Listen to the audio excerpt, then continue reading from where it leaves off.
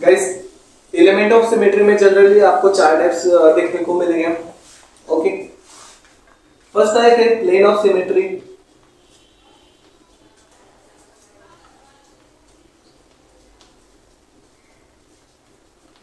यानी कि हमारा पीओएस।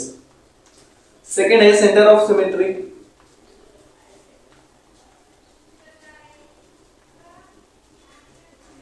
यानी कि हमारा सीओएस। ओके, थर्ड है हमारा N alternating axis of symmetry.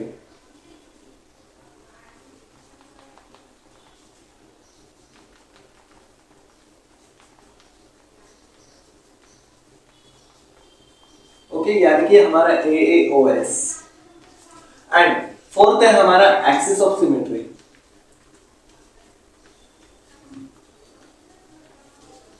Okay, but ये जो एक्सिस ऑफ सिमेट्री है ये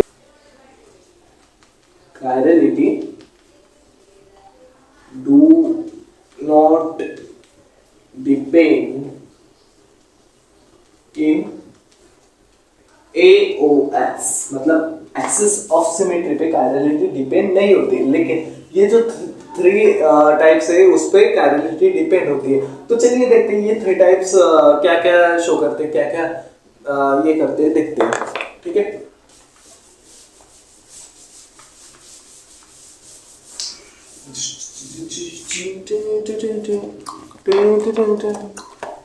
सो फर्स्ट है हमारा प्लेन ऑफ सिमेट्री।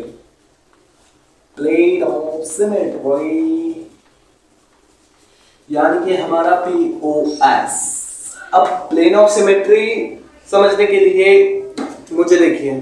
ओके, जब एक लाइन पास हो मेरे इसमें से, तो मैं दो हाफ इसमें कट हो जाऊंगा, एक साइड यहाँ पर, एक साइड यहाँ पर।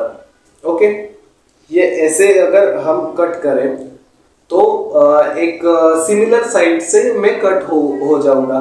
इसे कहते हैं हम प्लेन ऑफ सिमेट्री। मतलब एग्जांपल के लिए ऐसे कर सकते हैं हम, ये एग्जांपल लिया तो ये अगर प्लेन ऑफ सिमेट्री यहाँ से डाले, यहाँ से कट करे तो ये दो इक्वल हाफ पार्ट में डिवाइड हो जाएगा। इसी को ही हम प्लेन ऑफ सिमेट्री कहते हैं। ओके, और अबे second type centre of symmetry. Centre of symmetry मतलब हमारा COS, सेंटर ऑफ सिमेट्री।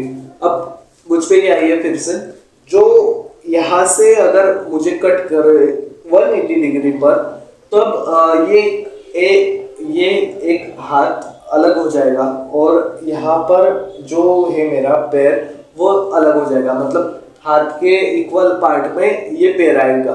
तो अगर हाथ के इक्वल पार्ट में अगर मेरा पैर आता है वो, तो मॉलिक्यूल को कायरलिटी नहीं है।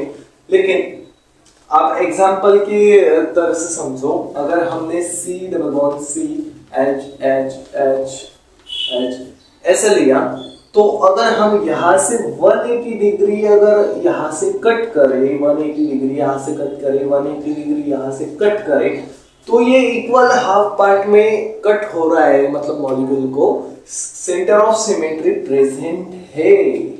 ओके, ये डिफाइन करता है सेंटर ऑफ सिमेट्री। अभी आते हैं N alternating axis of symmetry.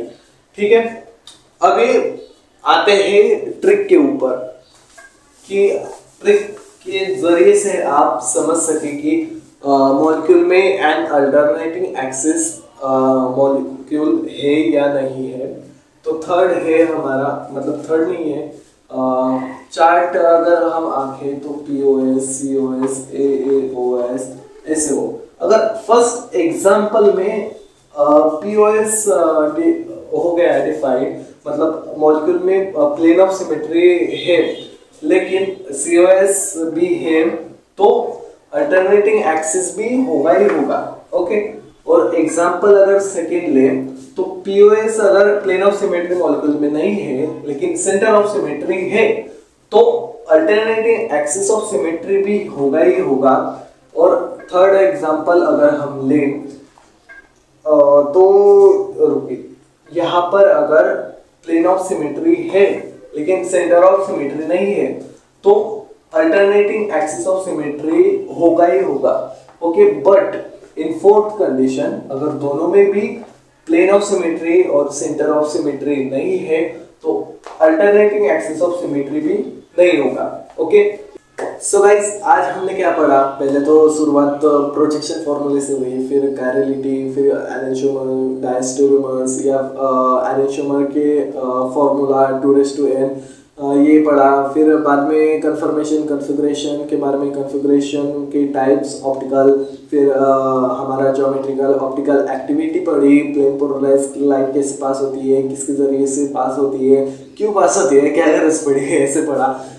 फिर क्लॉकवाइज एंटी क्लॉकवाइज हुआ तो डेक्स्ट्रोरोटेटरी, लिम्फोरोटेटरी, रिस्मिक पिक्चर ये पढ़ा, वो किस में आते हैं, ऑप्टिकल आइसोमेरिज्म में आते हैं, ये भी पढ़ा। ओके, और फिर हमने पढ़ा कि एलिमेंट ऑफ सिमेट्री क्या होती है, उसके कितने टाइप्स होते हैं, कुल मिलाकर 4 टाइप्स होते हैं, plane of symmetry, centre of symmetry and alternating of symmetry.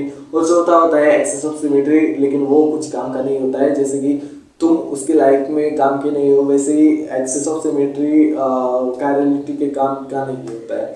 Okay, सो हमने ये ट्रिक भी लिख के देखी, POS, COS और AOS कौन से कंडीशन में AOS आएगा हमारा। ओके, सो आज के वीडियो में इतना सब हमने पढ़ा, और अगर वीडियो अच्छा लगा हो तो लाइक कीजिए, शेयर कीजिए, और अगर आप चैनल पर नए हो तो जल्दी से चैनल को सब्सक्राइब कीजिए, क्योंकि ऐसे ही वीडियो आपको मिलते रहेंगे हर हफ्ते। ओके, अभी तो स्टेरियोकेमिस्ट्री के लेक्चर से चालू होगी। Thank you so much guys for watching my video. Thank you.